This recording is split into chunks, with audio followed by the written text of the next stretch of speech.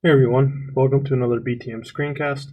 Today we're going to be going over Chapter 9, General NEC Requirements for Rough-in Wiring. Some of the objectives are being able to discuss a selection of appropriate wiring methods, conductor types, and electrical boxes for residential electrical system rough-in. Demonstrate an understanding of NEC general requirements for residential rough-in wiring. Demonstrate an understanding of NEC general requirements for the wiring methods used in residential rough-in wiring.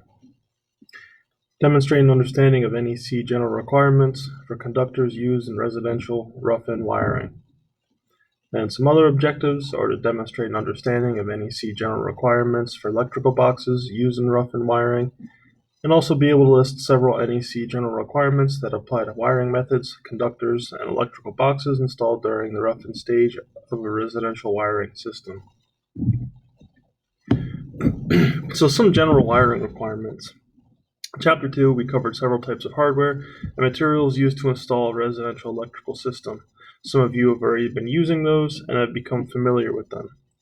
The majority of residential electrical system wiring is done using non-metallic sheath cable, or Type NM, also known as Romex. Type NM cable may not be allowed in some areas of the country, and the rough-in wiring is usually installed using Type AC, Type MC, or EMT. So there are some requirements for electrical installations, and this can be found in Article 110. Article 110 covers many of the NEC requirements for the installation of rough-in wiring. See the textbook and NEC for detailed coverage of specific electrical installation requirements. All of them that we're going to be covering in this class, we will be going over. Article 110 continued. Section 110.3b states that listed or labeled equipment must be installed and used in accordance with any instructions included in the listing or labeling. This comes down to using the right tool for the right job and just an extension of that. Section 110.5 states that conductors normally used to carry current must be copper unless other materials are allowed by the NEC. Section 110.7 addresses wiring integrity. Completed wiring installations must be free from short circuits and from ground faults. Article 110 continued. Section 110.11 covers deteriorating agents and states that unless identified for use in the operating environment, no conductors or equipment can be located in damp or wet locations, be exposed to gases, fumes, vapors, liquids, or other agents that have a deteriorating effect on the conductors or equipment, or be exposed to excessive temperatures. Article 110 continued. Section 110.12 states that all electrical equipment must be installed in a neat and workmanlike manner. So don't leave it looking sloppy. You'll see pictures sometimes where good electricians really take their time and it's laid out and it looks really nice. Section 110.12a states that any unused opening other than those for the operation of equipment or mounting purposes must be closed. So if we look in here, they're showing that this is a knockout plug that they're going to put into this knockout. And for those of you who have done the bi-weekly safety check in this class, you know that any knockouts that are open pose a safety hazard. So if they're not used by having wire running in with the connector, you need to use the knockout plugs.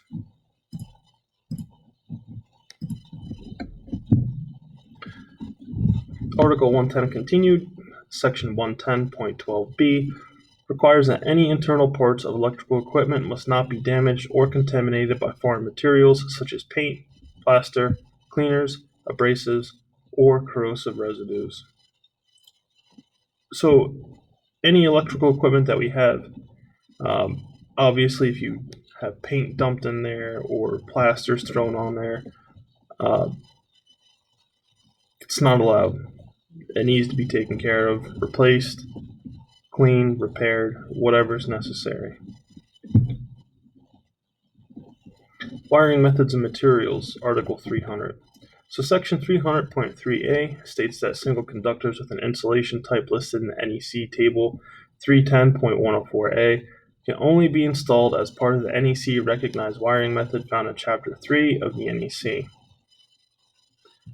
Section 300.3b states all conductors of the same circuit and where used, the grounded conductor and all equipment grounded conductors and bonded conductors must be contained within the same raceway, trench, cable, or cord.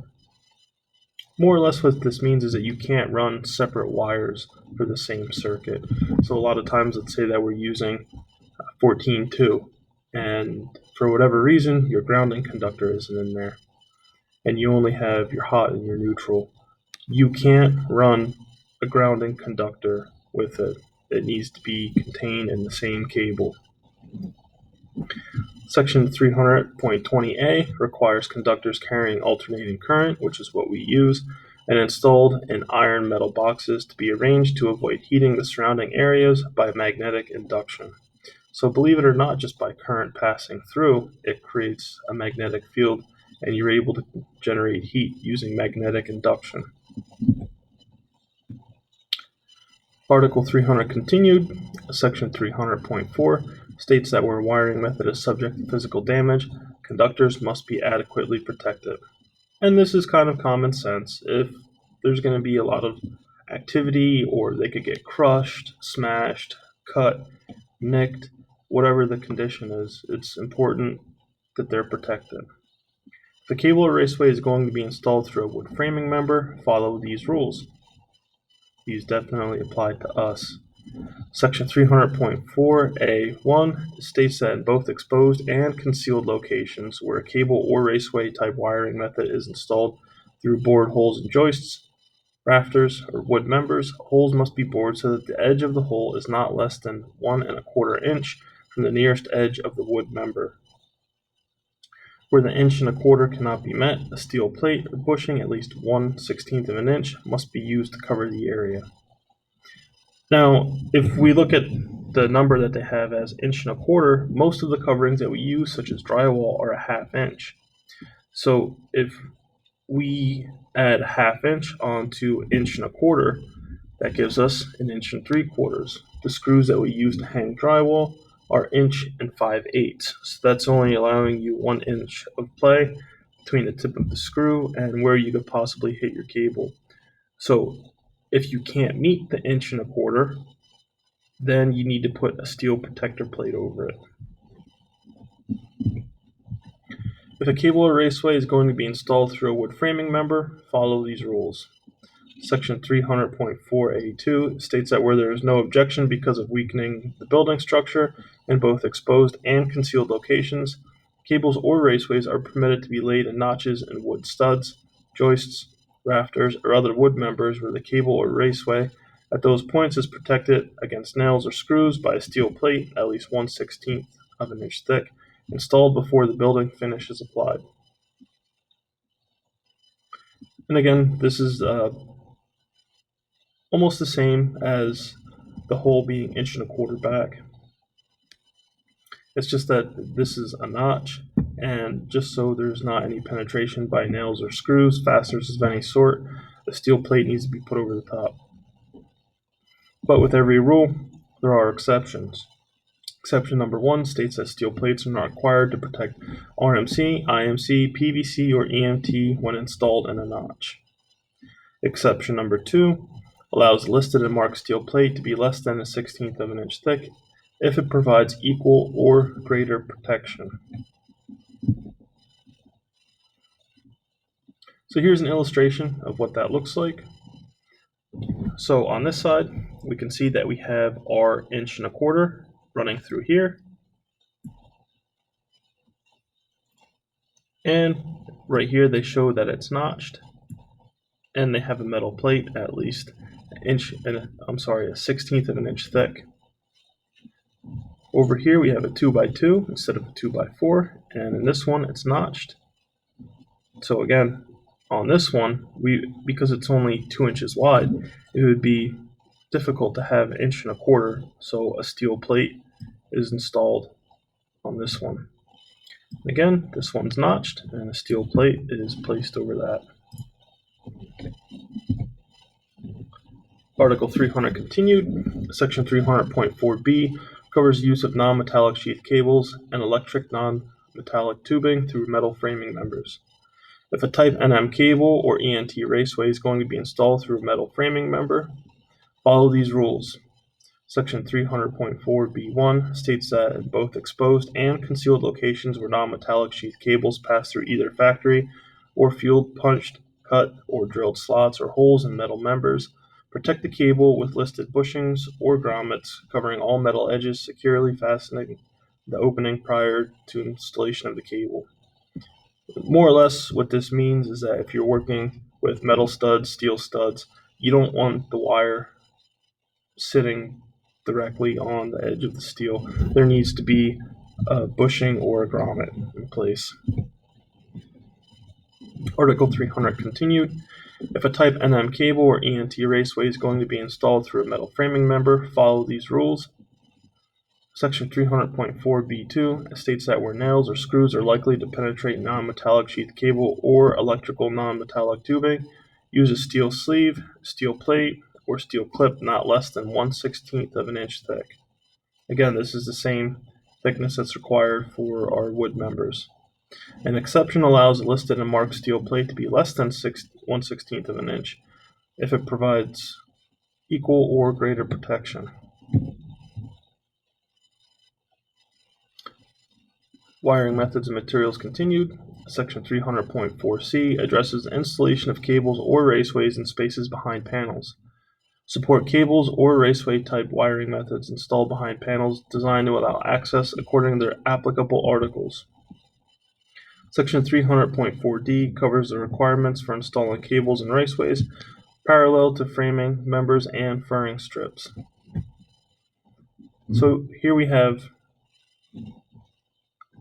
our cable running down the wall, and because we don't want to come in contact with the pipe, it's notched around, but we're also going to have to put the steel plate here just in case.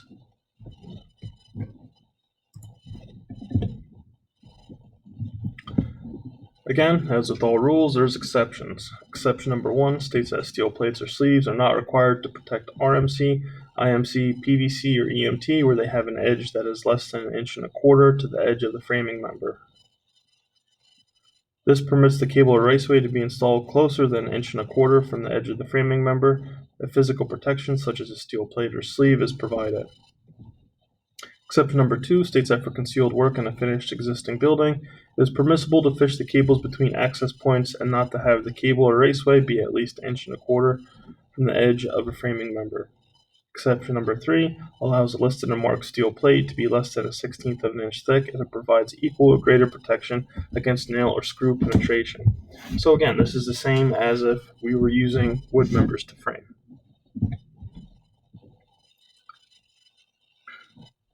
Section 300.4f covers cables and raceways installed in shallow grooves. Protect the cable or raceway type wiring methods installed in a groove and to be covered by wallboard, which is drywall, siding, paneling, carpeting, or a similar finish with a 1/16 of an inch thick steel plate or sleeve, or with not less than 1.25 inches free space for the full length of the groove for which the cable or raceway is installed. Exception number 1 says that steel plates or sleeves are not required to protect RMC, IMC, PVC, or EMT used in a groove. Exception number 2 allows a listed and marked steel plate to be less than 1/16 of an inch thick if it provides equal or greater protection. Article 300 continued. Section 300.10 covers the electrical continuity of metal raceways and enclosures. Metal raceways, cable armor, and other metal enclosures for conductors must be metallically joined together into a continuous electrical conductor. Connect all boxes, fittings, and cabinets to provide effective electrical continuity. Section 300.11a states that raceways, cables, boxes, cabinets, and fittings must be securely fastened in place. Article 300 continued. Section 300.11b states raceways must be only used as a means of support for other raceways, cables, or non-electric equipment under certain conditions. Where a raceway or means of support is identified for the purpose, where the raceway contains power supply conductors for electrically controlled equipment and is used to support Class II circuit conductors or cables solely to connect the equipment control circuits, where the raceway is used to support boxes or conduit bodies in accordance with 314.23 or to support luminaires, lights, fixtures in accordance with Article 410. Article 300 continued. Section 300.11c prohibits cables from being used as means of support for other cables, raceways, or non-electric equipment. And if you think about this, this makes sense. You don't want to use cables to hang cables. The previous ones, using EMT, RMC, it makes sense because there's support there. Section 300.12 requires all metal or non-metallic raceways, cable armors, and cable sheaths to be continuous between cabinets, boxes, fittings, or other enclosures or outlets. An exception allows short sections of raceways to provide support or protection from physical damage to cables. An example would be using short lengths of EMT to protect Type NM cable runs on the surface of masonry walls in a basement. So some of you may have seen this. Sometimes you'll see EMT run up to a certain point and then it terminates. And again, this is an exception. Most times if you're going to see EMT or any other type, it'll be continuous. So it's not going to go up 2 feet and then stop, because that really doesn't make sense. If you look around in the lab, all of the EMT that's run is continuous. Article 300 continued. Section 300.14 covers the length of free conductors at outlets, junctions, and switch points. At least 6 inches of free conductor, measured from the point in the box where it emerges from its raceway or cable sheath, must be left at each outlet, junction, and switch point for splices for the connection of luminaires or devices. So if we look at this picture over here, this is allowing no less than 6 inches of conductor from where it emerges from the cable, so we really can't see in here, but you can see that this is non-metallic cable, so this should be down here about 1/4 inch. After that, your conductors are stripped, and coming out from that point to here should be no less than 6 inches. Allow no less than 3 inches of conductor measured from the front edge of the box opening to the end of the conductor. So from here to here, no less than 3 inches. And again, these are minimums. Article 300 continued. Section 300.15 states that where the wiring method is conduit, tubing, or cable, install a box or conduit body at each conductor splice point, outlet point, switch point, junction point, termination point, or pull point. Section 300.21 covers the spread of fire or products of combustion. Make electrical installations in hollow spaces, vertical shafts, and ventilation or air handling ducts so that the possible spread of fire or products of combustion, such as smoke, will not be substantially increased. Article 300 continued. Section 300.22 covers wiring in ducts, plenums, and other air handling spaces. Section 300.22c addresses wiring in the spaces used for environmental air handling, such as those found in dwelling unit forced hot air furnace systems. An exception allows wiring to pass perpendicular to the long dimension through the air handling spaces between the studs and joists and dwelling units.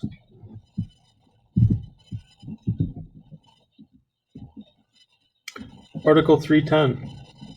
Article 310.106a addresses the minimum size of conductors. Minimum size of conductors is shown in NEC Table 310.106a. For residential applications, the minimum size is 14 EWG, again that's American wire gauge, copper, and 12 gauge aluminum. Other sections of the NEC that cover low voltage applications like door chime circuits will allow smaller conductors to be used. Section 310.106 Point 10F states conductors used for direct burial applications must be a type identified for such use. So you just can't use any type that you want. If they're going to be buried, they need to be identified. Article 310 continued. Section 310.10d addresses those locations exposed to direct sunlight. Insulated conductors and cables used where exposed to the direct rays of the sun must be of a type listed for sunlight resistant or listed and marked sunlight resistant. If they aren't, the sun takes a lot out of the cable and the covering, and it will end up deteriorating over time. Tape or sleeving, listed as marked as being sunlight resistant, can be used to make conductors and cables sunlight resistant. Section 310.15a3 covers the temperature limitation of conductors. No conductor can be used in such a manner that its operating temperature exceeds the designated for the type of insulated conductor involved. Section 310.120a states all conductors and cables must be marked to indicate certain information. So that they need to have the maximum rated voltage on them. They need to have the proper type of letter or letters for the type of wire or cable. Manufacturer's name, trademark, or other distinctive marking by which the organization responsible for the product can be readily identified. It also needs to have the gauge size or the circular mill area. Cable assemblies where the neutral conductor is smaller than the ungrounded conductors. So all of these make sense so that you're using the right wire for the right job. And if there's any issue with it, that's why it's important to have the manufacturer's name, trademark, or other distinctive marking by them. Because if something does happen with it and it was an error in manufacturing on their part, it can be traced back to them. Article 310 continued. Section 310.110a states that insulated grounded conductors must be identified in accordance with Section 200.6. A grounded conductor of 6 gauge or smaller is to be identified by a white or gray color along its entire length. An alternative method of identification is described as 3 continuous white or gray stripes other than green insulation along the conductor's entire length. An insulated grounded conductor of 4 gauge and larger must be identified by a continuous white or gray outer finish, 3 continuous white stripes on other than green insulation along its entire length, or by distinctive white or gray marking at its terminations. Section 310.110b states that equipment grounded conductor identification must be in accordance with Section 250.119. Equipment grounded conductors are permitted to be bare or insulated. Individually insulated equipment grounded conductors of 6 gauge or smaller must have a continuous outer finish that is either green or green with 1 or more yellow stripes.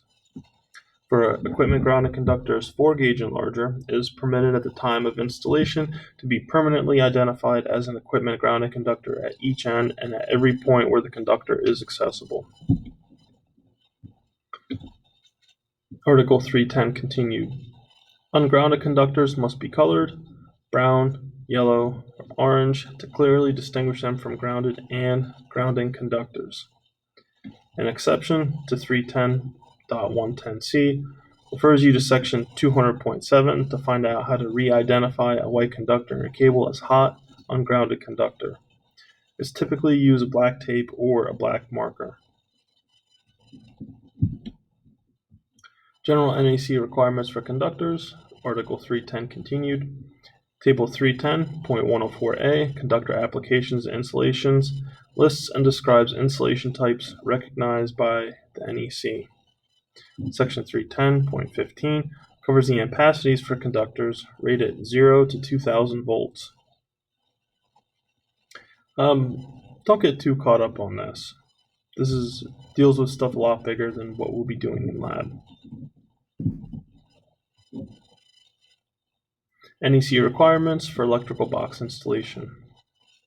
Installation and use of boxes as outlet, device, or junction boxes, Article 314. Section 314.16 provides guidelines for calculating the maximum number of conductors allowed in an outlet, device, and junction boxes. Boxes must be of sufficient size to provide free space for all enclosed conductors. There's more in sizing in the following chapter. Section 314.17 states any conductors entering electrical boxes must be protected from abrasion. Again, you don't want the conductors coming in to be rubbing up on something, possibly chewing through the insulation, and then creating a short. Installation and use of boxes as outlet, device, or junction boxes. Article 314 continued. Section 314.17b applies to metal boxes. Where a raceway or cable is installed with metal boxes, raceway or cable must be secured to boxes. And this is what we use with our connectors. Section 314.17c applies to non-metallic boxes. Non-metallic boxes must be suitable for the lowest temperature rated conductor entering the box. Article 314 continued. Section 314.17c. Exception states that where type non-metallic or type UF cable is used with single-gang non-metallic boxes, securing the cable to the box is not necessary as long as you secure the cable no more than 8 inches from the box and have at least a 1/4 inch of cable sheathing extended into the box. So these are the non-metallic boxes that we use, the blue ones. You can see here, if we have the Romex, it must be secured within 8 inches. So from here to here, and then right here, we need to have at least a 1/4 inch.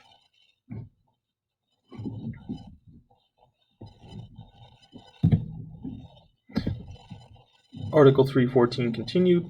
Section 314.20 requires boxes installed in walls or ceilings with a surface of concrete, tile, gypsum, also known as sheetrock or wallboard, plaster, or other non-combustible material, be installed so that the front edge of the box will not be set back from the finished surface more than a 1/4 inch. And a lot of the boxes that we use, you'll see there's little indicators on there letting you know that. And again, this is because you don't want any plaster or concrete or anything else getting in to your box.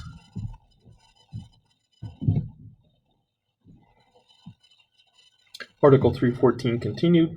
Section 314.23 addresses support of electrical boxes. Section 314.23a states that an electrical box mounted on a building or other surface must be rigidly and securely fastened in place. You don't want it dangling there. Section 314.23b says that a box supported from a structural member of a building must be rigidly supported either directly by using a metal, polymeric, or wood brace. Section 314.23c allows mounting of an electrical box in a finished surface as long as it is rigidly secured by clamps, anchors, or fittings identified specifically for the application. Article 314 continued. Section 314.27 contains the requirements that must be observed when installing lighting outlet boxes. Section 314.27a states boxes used at luminaire outlets must be designed for the purpose. The box must be designed so that the luminaire weighing a minimum of 50 pounds may be attached. There is an exception, which allows luminaire of no more than 6 pounds to be supported by a device box. Section 314.27b states boxes listed specifically for floor installation must be used for receptacles located on the floor, nowhere else. Section 314.27 contains requirements that must be observed when installing lighting outlet boxes. 314.27c states where a box is used as the sole support for a ceiling suspended paddle fan, the box must be listed for the application and the weight of the fan to be supported no more than 70 pounds. And you'll see these in some of the boxes. It'll tell you the weight limit that's not supposed to exceed. Article 314 continued. Section 314.29 states boxes must be installed so that the wiring contained in them can be rendered accessible without removing any part of the building. So if you think about this, this makes sense that you don't want any of your boxes hidden. They need to be readily accessible. Dwelling unit required receptacle outlets, section 210.52. Section 210.52A states that in every kitchen, family room, dining room, living room, parlor, library, den, sunroom, bedroom, recreation room, or similar room or area of dwelling units, receptacle outlets must be installed so that no point measured horizontally along the floor line in any wall space is more than 6 feet from a receptacle. Any wall space 2 feet or more in width requires a receptacle. So think about that. Any wall space 2 feet or more. Fixed panels are wall space, and fixed room dividers are wall space. So here's a picture of what this looks like, and it's letting you know that from any one point you can't have more than 6 feet. So here we have a corner to 6 feet. If we go center here, then we have 6 feet in each direction. This one's also 6 foot from the corner. This is treated as wall space. So again, we have one here, 6 feet there. If we have it here, 6 feet in each direction,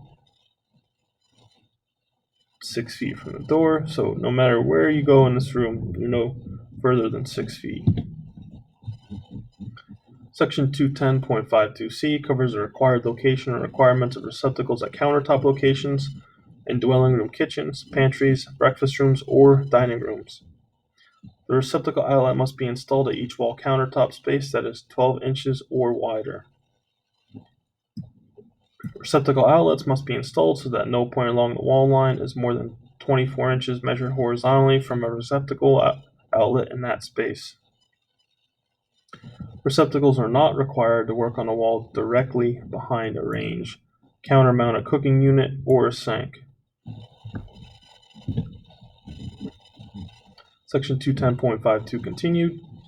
At least one receptacle outlet must be installed at each island countertop space with a long dimension of 24 inches or greater and a short dimension of 12 inches or greater. At least one receptacle outlet must be installed at each peninsular countertop with a long dimension of 24 inches or greater and a short dimension of 12 inches or greater. Countertop spaces separated by range tops, refrigerators, or sinks are considered as separate countertop spaces. Receptacle outlets must be located on or above, but not more than 20 inches above the countertop. So here's a diagram of what that looks like in the kitchen. So again, the range ends up breaking that up, and it can't be more than 2 feet from any point. So if we are here, it's still not 2 feet. Here we go. There's another one here, one here. This is letting you know this is your peninsular countertop. And this one, because of the size, we would also need that. Here we have one here. It's at least 1 foot, right? But then we have a refrigerator, skips over that, goes to here.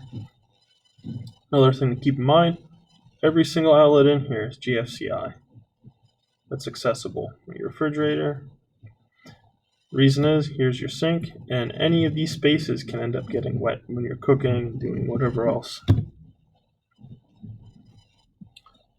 Section 210.52 continued. Section 210.52D requires one wall receptacle in each bathroom of a dwelling unit to be installed adjacent to and within 36 inches of the outside of the basin.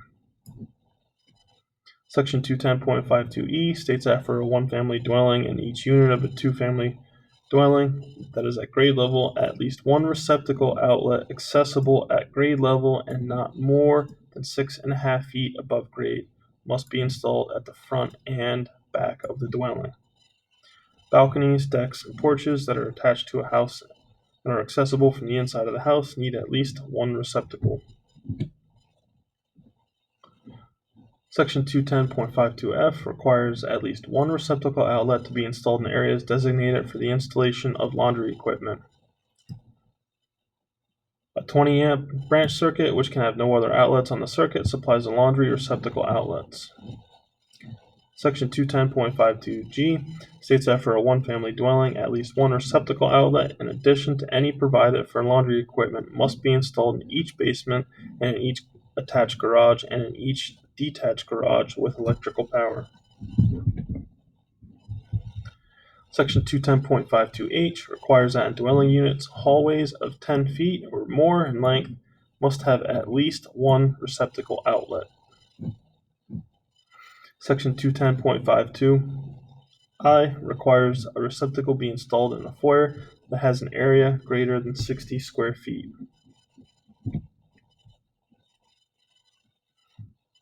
Section 210.70A1 requires at least one wall switch controlled lighting outlet be installed in every habitable room and bathroom. Again, there's always exceptions. Exception number 1. The general rule allows one or more receptacles controlled by a wall switch to be permitted in lieu of lighting outlets, but only in areas other than kitchens and bathrooms. So this is not allowed in kitchens and bathrooms. Exception number 2 allows lighting outlets to be controlled by occupancy sensors under some circumstances, when they are in addition to wall switches, when located at a customary wall switch location and equipped with a manual override allowing the sensor to function as a wall switch. Section 210.70A2 lists 3 additional locations where lighting outlets need to be installed. They need to be installed in hallways, stairways, attached garages, and detached garages with electric power. In attached garages and detached garages with electric power to provide illumination on the exterior side of outdoor entrances or exits with grade level access. So if you think about this, if you have a garage, wherever you're coming in and out, there's usually a light. Where one or more lighting outlets are installed for interior stairways, there must be a wall switch at each floor level. So at the top of the steps, bottom of the steps, and landing level that includes an entryway to control the lighting outlets where the stairway between floor levels has 6 risers or more. An exception states that in hallways, stairways, and outdoor entrances, remote, central, or automatic control lighting is permitted. Section 210.70A3 addresses storage or equipment spaces. In attics, crawl spaces, utility rooms, and basements, at least one lighting outlet containing a switcher controlled by a wall switch must be installed where these spaces are used for storage or contain equipment requiring servicing. Communications outlets, section 800.156, requires a minimum of one communication outlet to be installed in all newly constructed dwelling units. The hardwired communications outlet is required regardless of whether the homeowners will only be using cell phones. That's it. See you next time.